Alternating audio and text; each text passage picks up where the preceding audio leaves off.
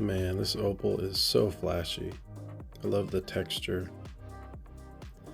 All right, y'all, so we're gonna be straightening our wires. I like to use the little rolling pins to straighten them out. I think they're a seriously underrated tool, but you can also use your nylon jaw pliers as well. I use both. You're gonna wanna make sure when you get a pair of those nylon jaw pliers, they have the screws on the side so you can switch out the nylon jaws when they wear out. All right, so here we've got our 5-inch and 6-inch square wires side by side, shoulder to shoulder. And we've got our 5-inch half round wire that we are starting to wrap around the square wire. I like to call these the bindings. So we're creating our first set of bindings here with 3 rotations. There are many ways to do the bindings. Some people use pliers, some people use tape. I've gotten accustomed to just using my hands in the way you're seeing right now, but feel free to use any method that works for you. So another thing to point out is when you're doing these bindings, when you go to start wrapping the stone, you want the longer set of wire, the longer strand of wire, the 6-inch, to be facing up. That's what's going to create your bail, so you need that to be the wire that is on top. And I'll try and remind y'all again later too, so we don't mix them up.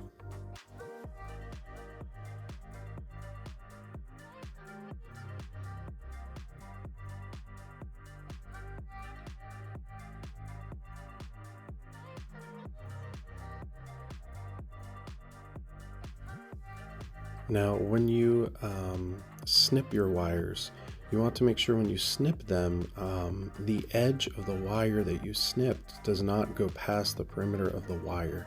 You see right there, I'm snipping somewhere probably about halfway or 3/4 of the way across the bars, the square wire. You see how this one's poking out?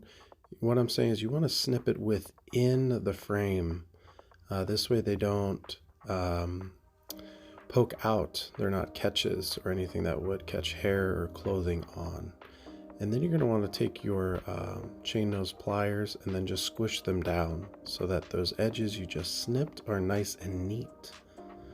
Now it is worth mentioning, all of your bindings should be facing the same way. So all the edges on one side, all the smooth on one side. Oh wow, got lost in the opal again. Okay, and now you're going to create a second set of bindings just like the first. And remember, these bindings, once they're well made, they should slide across your frame. So if you need to adjust the positioning, they will slide. And we're snipping these, making sure they don't go past the perimeter, and sometimes you have to go back and snip a little bit more off. And I'll take the nylon jaws and just gently squish them down.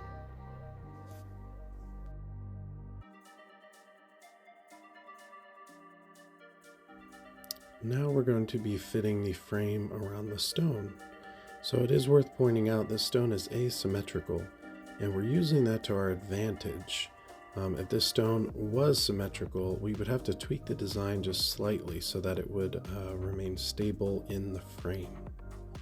So we're making sure our longer wires face up, like we said. And we're also making sure our bindings are right where we want them. They're not sliding way out. They're exactly where they need to be positioned. We're going to bend our first wire. So I slide off one of my hands right here. I just take it over one wire, and then I work in the soft flex cording right up against that other binding. So you'll see you got to kind of wiggle it to get it right on there. Then I close the wires again and I just slide my hand back on right there. Now you don't need to take the hand all the way off. You could just slide it most of the way and then work the wire through. This way you don't actually take the hand off. It's probably a better way of doing it, a little bit easier. Then you can nudge it exactly where you want it with the nylon pliers. You can see here how it creates a gap once that wire is in it. Then we set up our pliers with the screwdriver. And what we're doing is we're just putting the nose of those tapered pliers right in between the wire, which is kind of wedged open because of that soft flex cording that we ran through. And I'll zoom in here so you can see that screwdriver will start to work its way through as you gently wiggle it back and forth. Be very careful doing this step, as the screwdriver can poke your finger. So you can notice where I put my other finger's pointer and middle to hold it. So I try and keep my thumbs clear of where it's going to push through. It's a good safety tip. See, at this point, I am sliding the hand or the binding off so I can get the wire out. You could just as well snip the wire and pull it through. So if you'd like to do it that way, that's a little bit easier. I had to rewrap mine, so it's a little bit easier just to snip the wire is what I'd recommend. Now we've gotten our wooden base here, which holds all my pliers. I like to use it just to hold a pair of pliers upright. And I've got my round nose pliers, and they're kind of a little bit bigger. I basically just use this as an apparatus to stretch out the hands that we've pulled. And so the wires that we pull across that holds the stone in, I like to call those hands. They hold the stone in. And what this process does, it just stretches out the hands like that. Okay, now we're going to fit our stone to the hands that we pulled there. This is going to hold the bottom of the stone in place. So now we're fitting the frame to the stone, and especially with fragile and small stones, really in any wire wrap, you want to make sure that those bindings don't move. And so that's why you'll see there's really particular ways that I adjust these wraps and frames, because when you move one end of the wire, naturally the binding on the other side will want to slip and open up more, and that will cause your hands to widen and warp. So you'll notice how I'm holding this. I'm trying to hold it in place so I can see realistically where the gaps are. And so we see we've got the range right, but there's a big gap on the front and the back. Now I'm going to use my nylon jaw pliers to help guide the wire. It's a little bit safer using the nylon, because if you use it right, the nylon is the only thing that slips across the stone and the wire, which prevents marring and scratching. Now, as you can see, I'm trying to hold the stone in place with one of my fingers, as well as holding the bindings in place so that I just have precise ability to work that gap with the pliers. So my middle finger's holding the binding on one side, my thumb on the other, and the other parts of those two fingers are basically squishing the opal forward. So as I press, the frame is not slipping and warping, but I'm actually changing the shape and reducing the gap. Now on the back side is a little bit easier to manipulate. So I'm just using my nylon pliers again, just to move the hand up further on the opal so it holds the front a little bit better, locks it in. Now we're on the back side here. I'm using the edge of the nylon pliers again. And I'm just working the edge. I'm pushing the edge up of that hand, and this will lock in the back of the opal. This is critical so the opal doesn't fall forward or back out of the frame. And now we're just cinching it down with the side of the nylon jaw pliers. And the same thing on the back. I'm actually using it to shift it back more and pressing it to the stone on the back. So now when we take a look, the frame is much tighter around the stone. We've gotten rid of a good amount of gaps. And now I'm going to use another pair of pliers very carefully, and I mean super carefully, to just push the hand up. The nylon jaw pliers won't be able to make a move like this, so I have to use one of the chain link pliers to just shift that hand up the back of the stone. There we go, to make that bend. You want to be very careful that it does not slip across the front or back of your stone. And there we have it. It's a bit tighter on the gaps, and it's fit much higher to the stone. Not too high to where we lose that asymmetrical edge that's holding it in place.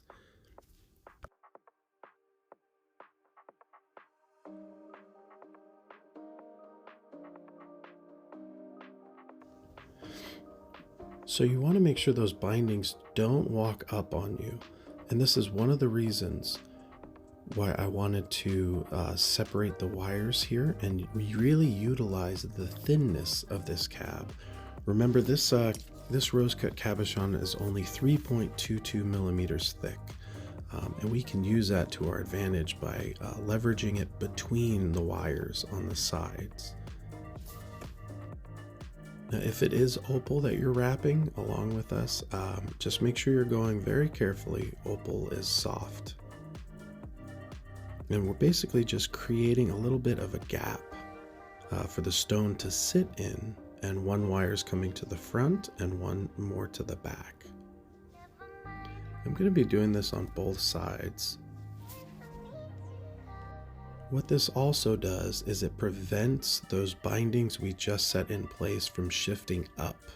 If we did not separate the frame above them, the two wires, that binding could slip up and the opal could slip out the bottom of this frame. So what I'm doing now is I'm just adjusting the top of these wires for the bail. We're just getting a rough impression on it so that we can get these tighter to the stone. So it's just taking my pliers and just kind of giving it just a slight angle. Now we're doing the other side, separating the wires so the opal can shine through. This supports the opal on the front and the back side to stop it from tipping forward or back out of the frame.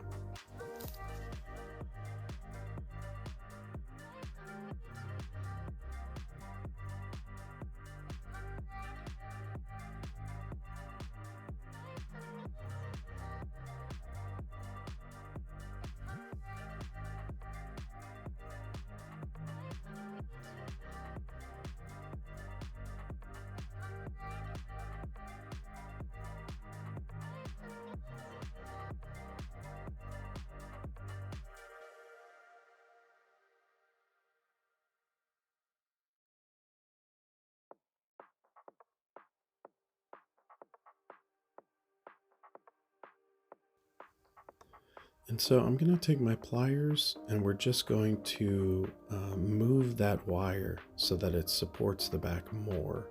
You'll see right here, I'm kind of twisting and just angling it up a little bit. It's kind of like a hand we're doing on the back here, and the same on the other side. Just making sure it holds the back of the stone upright while still coming up in place for the back of the bail. Now we're just getting our wires pinched together here.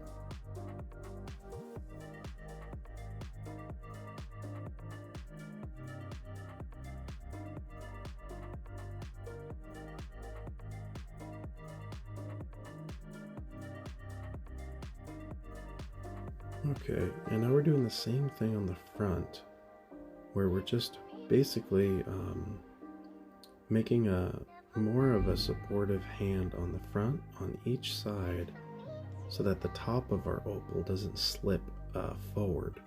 We want to make sure it's pinned nice between the frames. So we've got one side done, and now we're going to do the other side right here.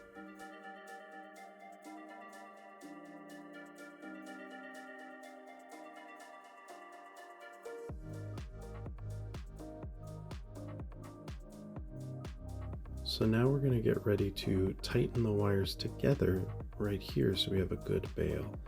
Now I learned a lesson right here. I don't know if you saw that, but the opal chipped because I just squished the wires too hard in a weird direction right there where my pointer finger is. And I'm looking at it going, oh wow, just learned a lesson. So again, if you're wrapping a thin stone like this for this tutorial, especially in opal, just be very aware of where you're squeezing and what pressure you're putting on those thinner edges. Luckily, this was very, very minimal, and I'm able to continue the piece, so it's not a huge issue. And the next step is I'm angling those bail wires in. So you see, instead of them just going straight up, I'm kind of grabbing them close to the stone and kind of rolling it in towards the stone. What that's doing is it's going to give me a tighter grab for all four of these wires to meet on top of the stone to make the bail. And you can see Right there is where we get a really good tight grab. You don't want a lot of gap for this design from the top of your stone to where the bail meets.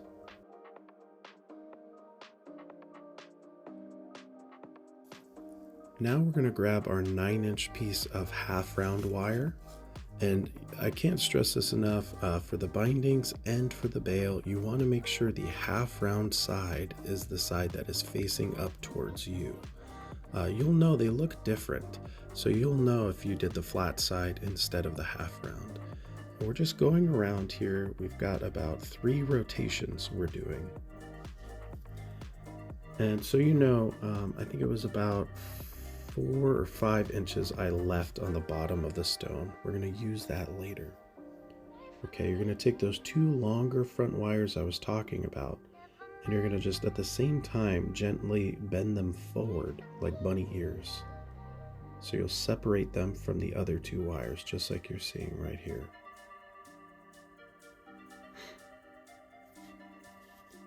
And now what you're going to do is take that half round wire and you're going to go in between them, and you're going to start just making rotations around the front 2 wires or the bunny ears. And make sure that half round wire stays straight. You do not want it twisting on you. And we're going to continue the rotations now. Essentially at this point, what we're doing is we're making rotations around the actual bail.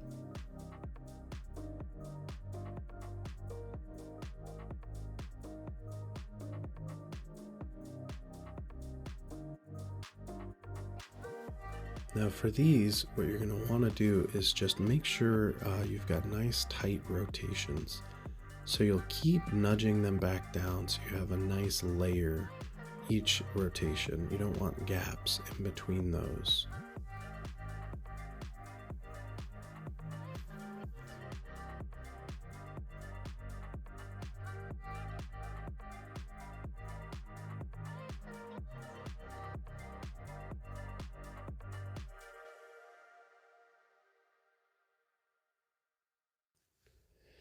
Now, keep in mind, the longer you make the rotations on these 2 wires, the larger your bail will be.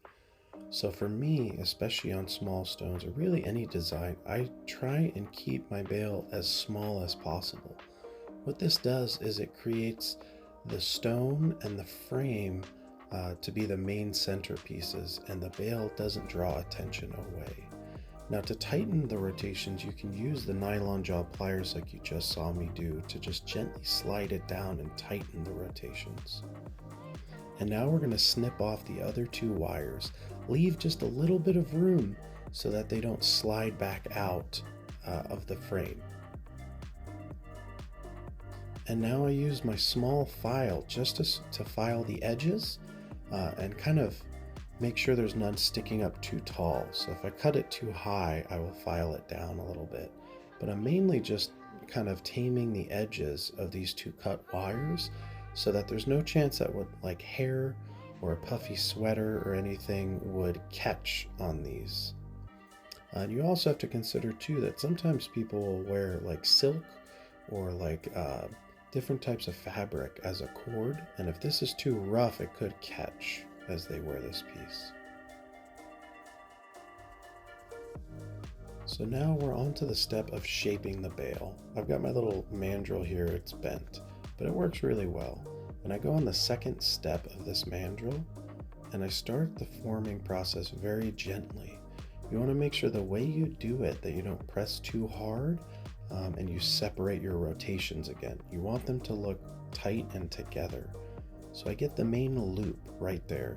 Now please keep in mind, however small or large you make this, you need to be able to fit the end of a necklace through it. So keep that in mind, and that's why I use this second tool, the bail maker, to help get the perfect curvature for the second half of my bail. It helps give me that round shape while keeping those rotations together. Keep in mind there's plenty of different ways you can do this, plenty of different tools. This is just my preferred method. Now you see the extra amount right there of the half round? We're going to snip that off. Remember, make sure we do it in so that there's no catches on the outside. and make sure you don't snip the wrong wire. Now this would be a good time to take the receiving end of your necklace or chain that you're going to put it on and make sure it fits before you completely fasten the back of the bail down to the rest of your frame. Okay, and now we're just squishing it in so that it's a nice tighter grab right there. Now we're going to take the other half of our half round, which was still attached this whole time. Make sure it's straightened out. Remember, the half round side is up, the flat side is down.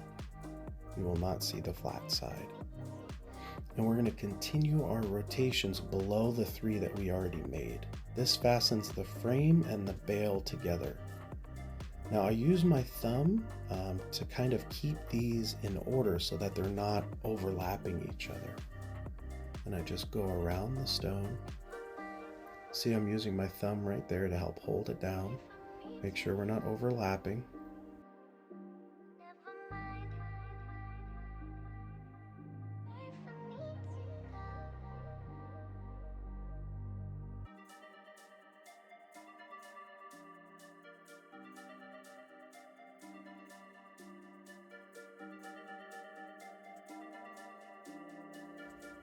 And once you feel like you've got enough rotations, you're going to take that wire and go around just the 2 wires that made your bail. You're going to grab the end and just gently get it to fasten down, get that slack pulled out. Now it's typical for you to notice now that there'll be slack on the bottom layer that you just did. So I like to just pull across. Beware, if you pull too tight, that will happen. That is typically why I like to have extra on my wires and try and grab from the end, because as you're working them, they may break. This I like to do. I like to take the nose of my pliers and gently just press those levels down like you just saw. This stops them from overlapping and kind of locks them in place. If you do it too hard, you'll damage the half round and it'll look off. But if you do it just enough, it helps sink those layers down. Now I'm using my fingers just to create a little bit less pressure and fatigue on that wire so we can just get a few more rotations in. You only need a couple. And there we go again. I'm just kind of pressing in to collapse some of those, like lock in those layers. We're just doing, I think it's the 3rd rotation on the back of those 2 wires.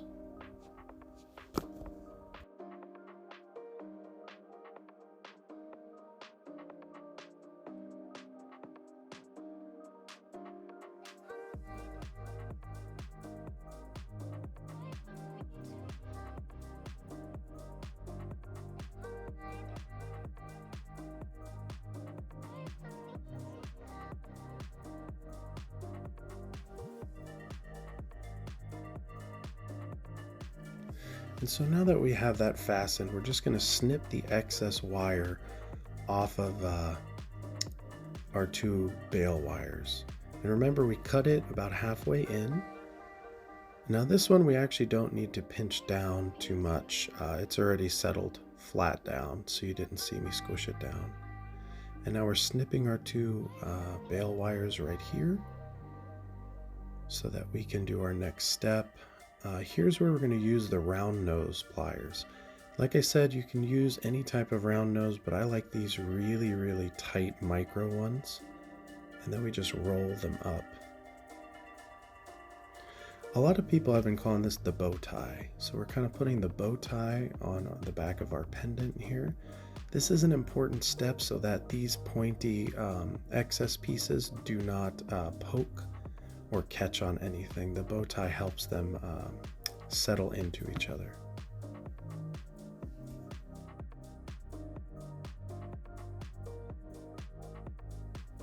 And then after, I like to take my pliers and just press them in, because sometimes they flare out.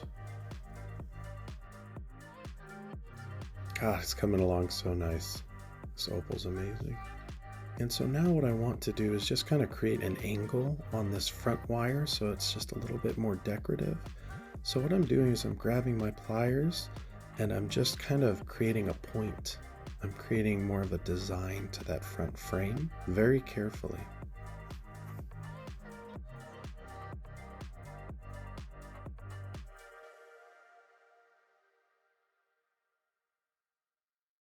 And here's just a quick reference on the size of this wrap in stone. Alright, now our wrap is done. Look at how it came out. I love this piece. There is one more step that I like to do, which you'll see in the next slide here, is I polished this piece up with a Dremel, a mask, and some polishing tools. I can go over that in another video, but it just kind of helps to finish the piece off and raise it to the next level. What do y'all think about this wrap?